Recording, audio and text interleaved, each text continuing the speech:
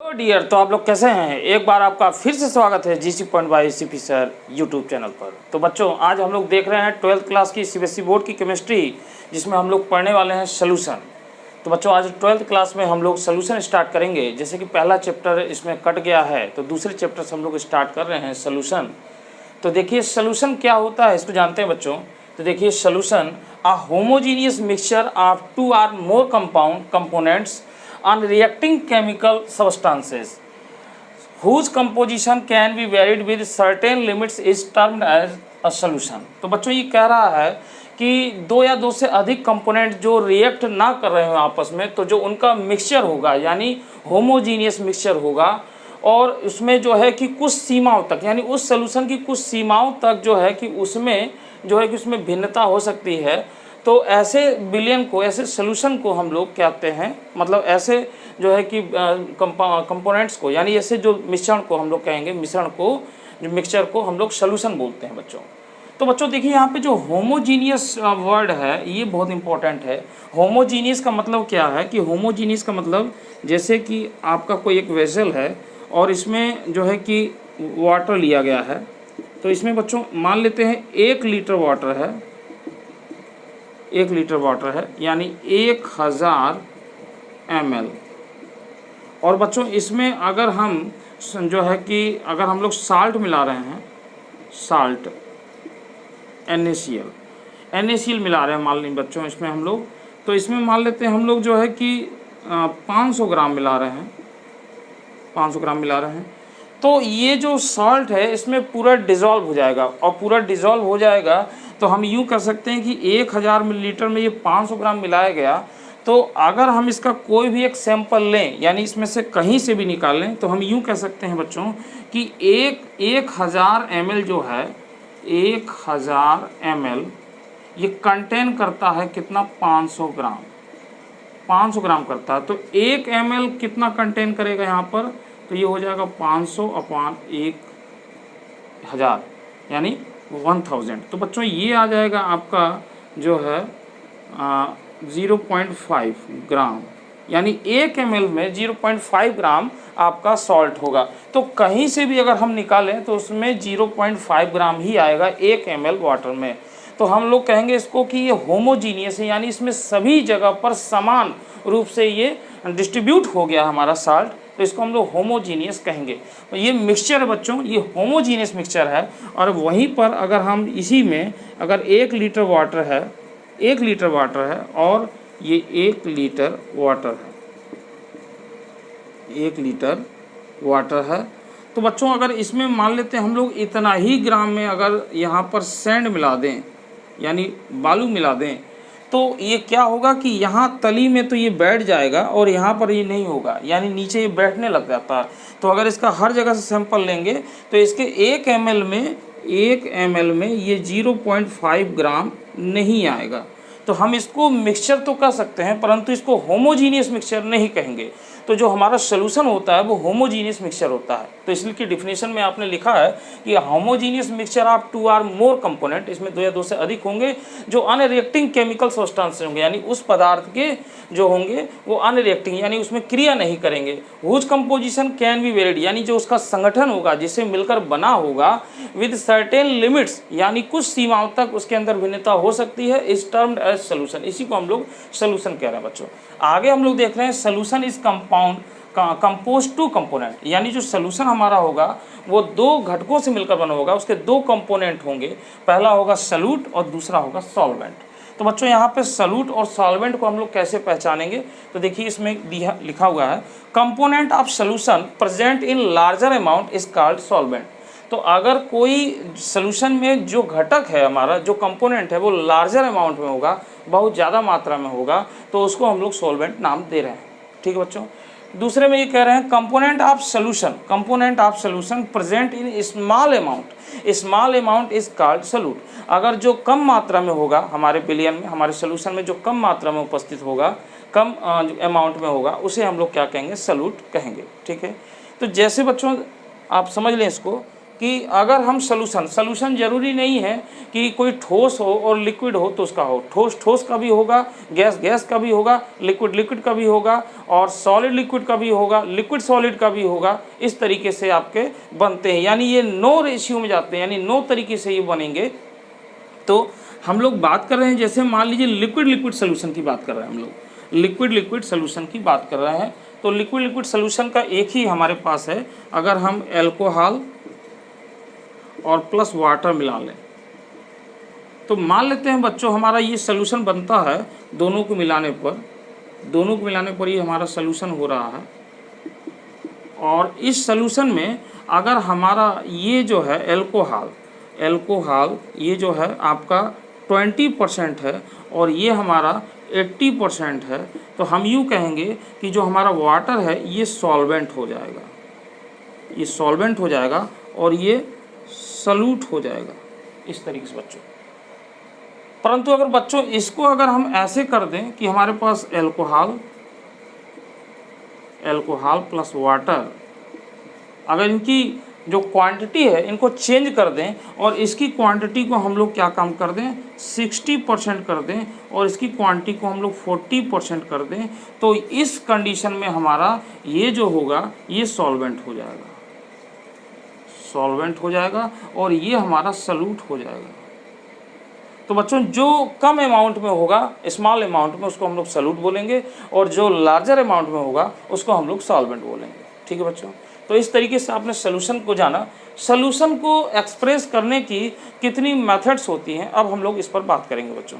तो सोल्यूशन को किस प्रकार से एक्सप्रेस किया जाता है, यानी किन किन टर्मों में इसको एक्सप्रेस करते हैं, उन पर किस तरीके से न्यूमेरिकल लगते हैं, हम लोग अब इस पर बात करते हैं बच्चों। तो इसको नोट कर लीजिए स्क्रीनशॉट, फिर मैं इसको मिटाता हूँ।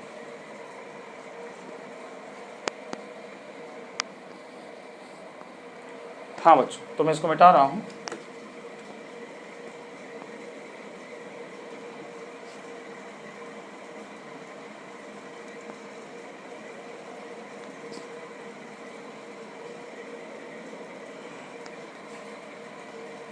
देखिए, तो अब हम लोग देखते हैं, यानी जो अगला हेडिंग है हमारे पास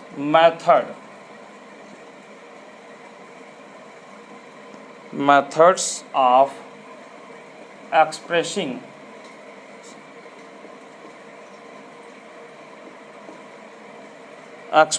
द concentration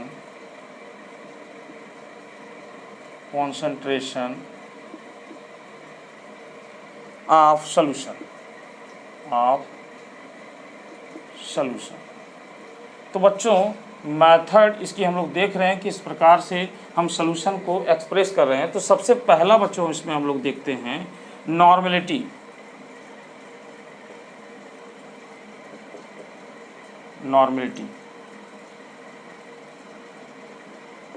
तो बच्चों नॉर्मेलिटी को कैसे डिफाइन करेंगे, इसको भी नोट कर लेते हैं। The number of gram equivalent of solute present per liter of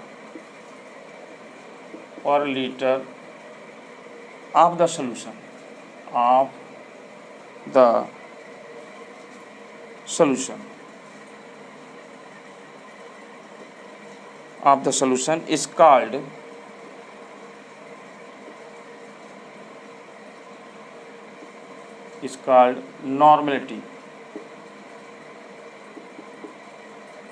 normality.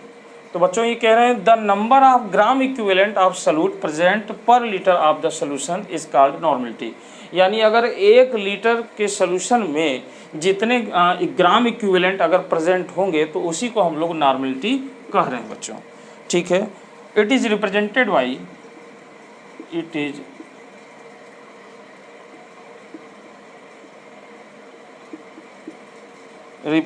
By capital N. तो बच्चों इसको हम लोग किससे रिप्रेजेंट करते हैं, कैपिटल एन से रिप्रेजेंट करते हैं, कैपिटल एन से इसको व्यक्त करते हैं हम लोग।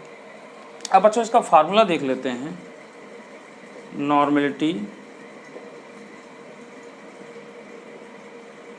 Normality equal to number of gram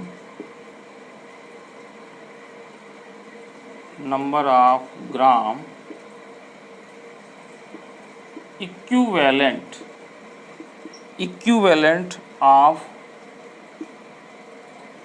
the solute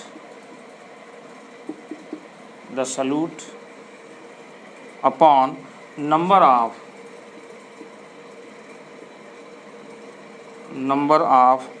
liter of the solution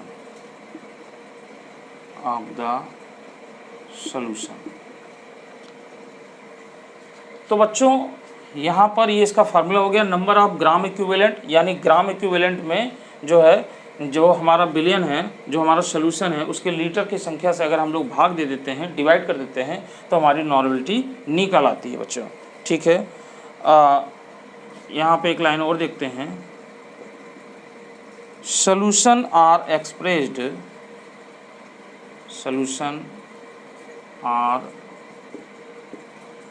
expressed as 1n, n by 2, n by 10, n by 100, n by 1000। तो बच्चों जो सोल्यूशन है उसको एक्सप्रेस्ड करने के क्या तरीके हैं, इसको कहते हैं 1n, यानी इसको नॉर्मल सोल्यूशन कहते हैं, इसको सेमी नॉर्मल कहते हैं बच्चों, है ना, इसको सेमी नॉर्मल कहते हैं, इसको डेसी नॉर्मल कहते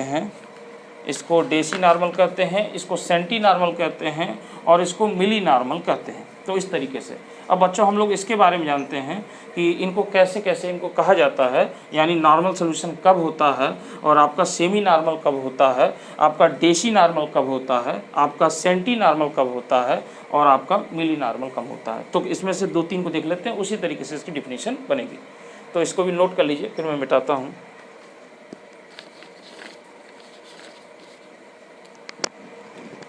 तो बच्चों इसको हम लोग मिटा रहे हैं।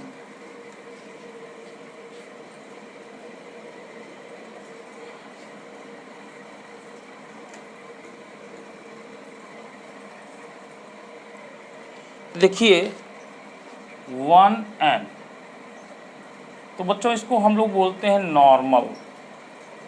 नॉर्मल, यानी इसको हम लोग कहेंगे 1 ग्राम equivalent of the solute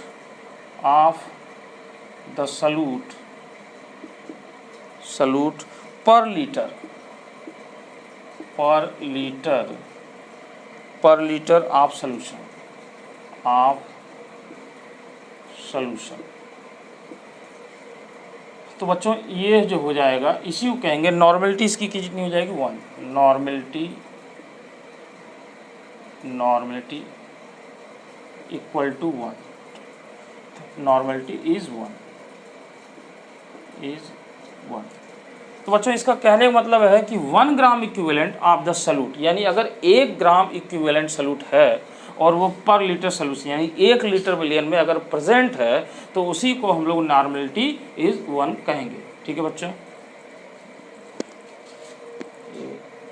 light, हाँ देखिए, तो बच्चों हम लोग इसको कहेंगे नॉर्मेलिटी। अगर n/2 आपका दिया हुआ है तो ये क्या हो जाएगा, इसको बच्चों हम लोग बोलेंगे सेमी नॉर्मल।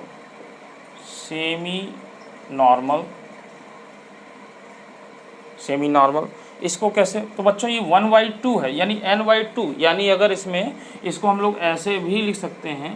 तो अगर देखिए ये क्या हो जाएगा 0.5 हो जाएगा, अगर इसमें भाग देंगे तो 0.5, तो यानी हम लोग कहेंगे 0.5 gram equivalent of the solute per litre of solution equal to, बच्चों ये क्या हो जाएगा, ये हो इसकी नॉर्मेलिटी इज नॉर्मेलिटी इज, ये हो जाएगा 0.5। तो बच्चों इसका मतलब ये है कि आपका 0.5 ग्राम इक्विवेलेंट जो होना चाहिए सल्यूट का, वो 1 लीटर में प्रेजेंट होना चाहिए। तो उसको हम लोग n/2 से रिप्रेजेंट कर देंगे, उसको सेमी नॉर्मल कहते हैं, उसकी नॉर्मलिटी 0.5 आती है। ठीक बच्चों, इसी तरीके से n/10 बच्चों क्या हो जाएगा, इसको डेसी नॉर्मल कहते हैं, डेसी नॉर्मल, डेसी नॉर्मल। तो बच्चों यहाँ पे देख रहे हैं अभी n/10 हो गया, यानी 1 में 10 से अगर डिवाइड करेंगे तो 0.1 आएगा। तो हम लोग लिखेंगे 0.1 gram, 0.1 gram equivalent of the solute per litre of the solution. Normality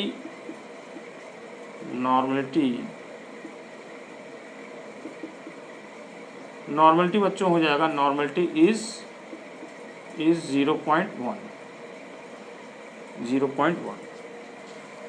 तो बच्चों इस तरीके से डेसी नॉर्मल हो गया, उसी तरीके से सेंटी नॉर्मल होगा, ठीक है, उसी तरीके से मिली नॉर्मल होगा। तो आप समझ गए, ये 1n, n/2, n/10, n/100 और n/1000 होता है बच्चों। तो बच्चों इस तरीके से इसको एक्सप्रेस किया जाता है, जो है कि सॉल्यूशनों को, इसको हम लोग नॉर्मल सॉल्यूशन बोलते हैं। अगर इस तरीके से दिया होगा हमारे न्यूमेरिकल में तो उसको सेमी नॉर्मल बोलेंगे, और इस तरीके से होगा तो उसे हम लोग डेसी नॉर्मल बोलते हैं। अब बच्चों इस पर न्यूमेरिकल कैसे लगते हैं, अब हम लोग उसको देखते हैं, ठीक है। तो इसको भी नोट कर लीजिए, फिर हम लोग इस पर न्यूमेरिकल पर बात करते हैं।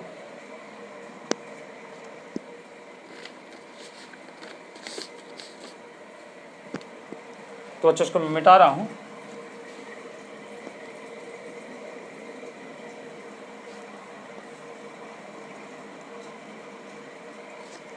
तो बच्चों इसमें हम लोग पहला न्यूमेरिकल देखते हैं, 4 gram caustic soda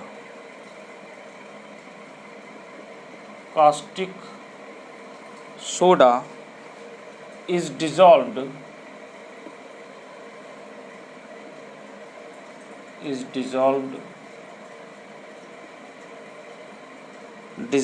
in 250 ml of the solution. Calculate the normality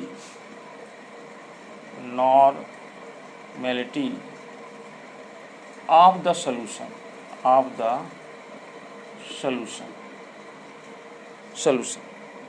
तो बच्चों देखिए, इन सवालों को लगाने के लिए क्या होगा, जैसे कि आपने देखा जो इसका फार्मूला था कि नॉर्मलिटी बराबर ग्राम इक्विवेलेंट्स जो है ऑफ सॉल्यूट अपॉन जो है कि नंबर ऑफ पर litre solution, number of litre of solution.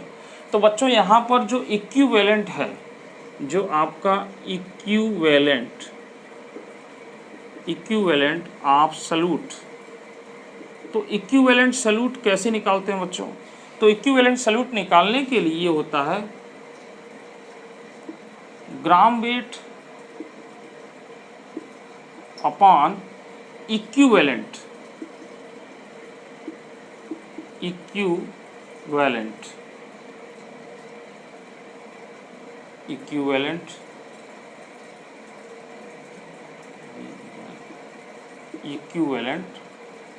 जो है ऑफ सॉल्यूट। तो ग्राम इक्विवेलेंट बच्चों इसको बोलेंगे, ग्राम इक्विवेलेंट ऑफ सॉल्यूट निकालने के लिए ग्राम वेट में इक्विवेलेंट सॉल्यूट से भाग देते हैं, यानी जो सॉल्यूट का इक्विवेलेंट होगा उससे हम लोग भाग देते हैं। तो बच्चों इसको तो बताया जा चुका है कई बार, ये आप लोग 9-10 में पढ़े होंगे, इस पर हम लोग चर्चा कर लेंगे। अब जैसे ये कास्टिक सोडा है बच्चों, तो कास्टिक सोडा यानी NaOH, इसका जो इक्विवेलेंट होता है, इक्विवेलेंट बच्चों इसका होता है 40, ठीक है। तो 4 ग्राम में अगर हम 40 से भाग दे देंगे तो हमारा ये निकल कर आ जाएगा ग्राम इक्विवेलेंट ऑफ सॉल्यूट। ये निकल जाएगा। और इसमें जो है इसको हम लोग लीटर में कन्वर्ट कर देंगे और इससे डिवाइड कर देंगे तो हमारा आंसर निकल कर आ जाएगा। तो बच्चों इसको फार्मूले में अगर हम लोग देखें, यानी नॉर्मेलिटी के लिए फार्मूला अगर बनाएं तो n बराबर क्या होगा, W गुणे 1000 अपॉन E इंटू भी मिलीलीटर। यहाँ मिलीलीटर को मैंने लीटर में कन्वर्ट कर दिया है, 1000 के ऊपर मल्टीप्लाई कर दिया है। तो बच्चों इस फार्मूले से हम लोग तुरंत निकाल सकते हैं आसानी से, ठीक है। तो इसमें क्या क्या चीज़ है देखिए, मैं पहले लिख देता हूँ यहाँ पर। तो जो W है यहाँ पे ग्राम वेट,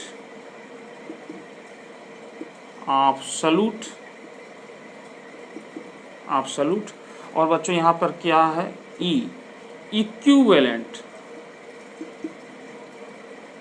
एब्सोल्यूट, और यहाँ पर V जो है वॉल्यूम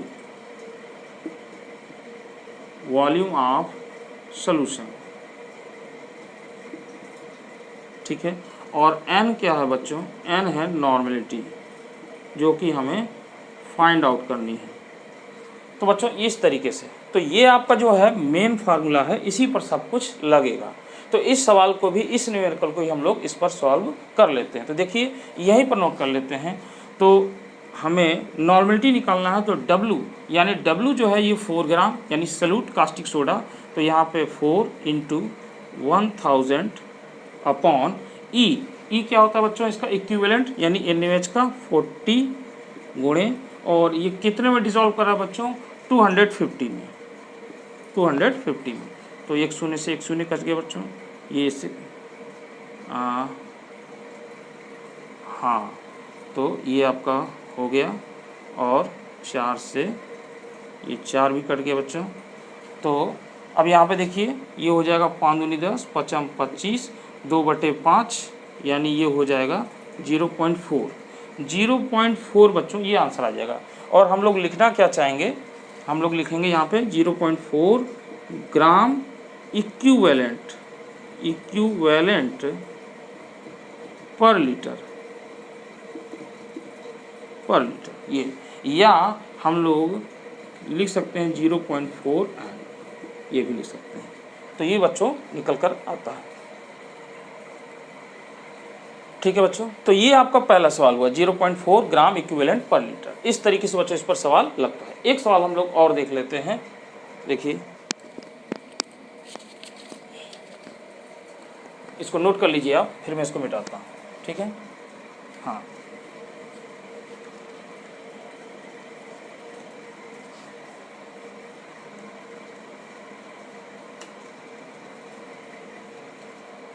एक सवाल हम लोग और देखते हैं इस पर। अगला सवाल है बच्चों, what is the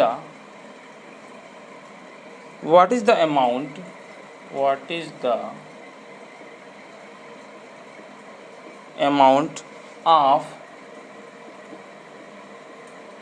Na2CO3 required to prepare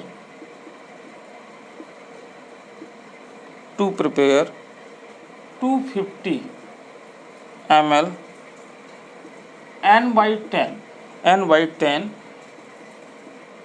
Na2CO3 solution। तो बच्चों देखिए यहाँ पे दिया हुआ है n/10 का मतलब कि इस सोल्यूशन की नॉर्मलिटी दे दी है, और ये n/10 का बच्चों क्या मतलब हुआ, डेसी नॉर्मल सोल्यूशन हम इसको कहेंगे। मैंने अभी जैसे आपने देखा था n/10 का मतलब होता है डेसी नॉर्मल। तो बच्चों n/10 का सोल्यूशन बना गया 250 ml लेकर के, और जो है ये कह रहा है इसका ये बनाया गया है, तो इसकी कितनी आवश्यकता पड़ेगी, यानी हमें कितना चाहिए, कितना रिक्वायर्ड चाहिए। What is the amount of, यानी इसका कितना अमाउंट चाहिए कि हमारा इस प्रकार का सोल्यूशन बन जाए, यानी हमें अमाउंट निकालना है, यानी W निकालना है। तो बच्चों हमारा फार्मूला था 1000 upon E into V ml। तो बच्चों हमको ये निकालना है, तो देखिए इसी से बना देंगे। तो ये हो जाएगा W इक्वल टू, मल्टीप्लाई कर देंगे N इंटू E इंटू भी ml में जो दिया है अपॉन 1000। तो बच्चों ये हो जाएगा नॉर्मल। अब यहाँ पे देखिए नॉर्मलिटी क्या है, ये n/10 मैंने आपको बता रखा है, ये कितना हो जाएगा 0.1, यानी नॉर्मलिटी इसकी कितनी हो जाएगी 0.1 इंटू और E। बच्चों यहाँ पे देखिए सोडियम कार्बोनेट दिया हुआ है, तो सोडियम कार्बोनेट बच्चों Na2CO3, इसका जो इक्विवेलेंट होता है ये होता है 53। अगर बच्चों आपको ये नहीं निकालने आ रहा, ये निकाला जाता है, अगर ये नहीं निकालने आ रहा तो इस पर मैं अलग से वीडियो डाल दूंगा जिसमें आप जान जाएंगे कि इक्विवेलेंट कैसे निकलता है एसिड का, बेस का और सॉल्ट का। तो यहाँ पर ये सॉल्ट है और इसका होता है 53। तो यहाँ पे फिलहाल मैं रख देता हूँ 53 इंटू भी हमारा कितना है 250 अपॉन 1000। तो बच्चों इस तरीके से ये हो जाएगा, एक शून्य से एक शून्य कट जाएगा, 25 कम 25, 25 चौका 100, यानी 4 बार 25 4 टाइम्स में कट जाएगा। और 4 से इसको डिवाइड कर देंगे तो ये आ जाएगा 4 कम 4 और 4 दूनी 8, 4 पंजे 20 गुणे यहाँ पर ये लगेगा दशमलव और ये हो जाएगा 0.1, इसका मल्टीप्लाई कर देंगे तो ये हो जाएगा 1.325 ग्राम, यानी इतना चाहिए बच्चों 1.325 ग्राम हमें चाहिए। इतना सोडियम कार्बोनेट चाहिए। अगर हम इतनी सोडियम कार्बोनेट की मात्रा को 250 मिलीलीटर में डिज़ोल्व करते हैं तो जो है कि इतने का सोल्यूशन बनेगा जो कि डेसी नॉर्मल होगा। तो वही वो कह रहा है कि what is the amount of sodium carbonate required, यानी कितनी इसकी अमाउंट चाहिए इतना सोल्यूशन बनाने के लिए जिसकी कंसंट्रेशन हमें n/10 दे रहा है। ठीक बच्चों, तो इस तरीके से बच्चों आपने इस पे 2 सवाल देखे। आज की वीडियो में बच्चों इतना ही। अगली वीडियो में हम लोग यहीं से स्टार्ट करेंगे और इस पे बहुत से न्यूमेरिकल की बात करेंगे, अलग अलग टाइप से कितने सारे न्यूमेरिकल लगते हैं किस तरीके से, और फिर हम लोग अगले जो है कि चलेंगे नॉर्मलिटी के अलावा कई तरीके से इसको एक्सप्रेस किया जाता है, जैसे मोलरिटी हो गया, मोलैलिटी हो गया। तो इस तरीके से बच्चों हम लोग इसकी कंसंट्रेशन कि कितनी तरीके से एक्सप्रेस करते हैं उन सब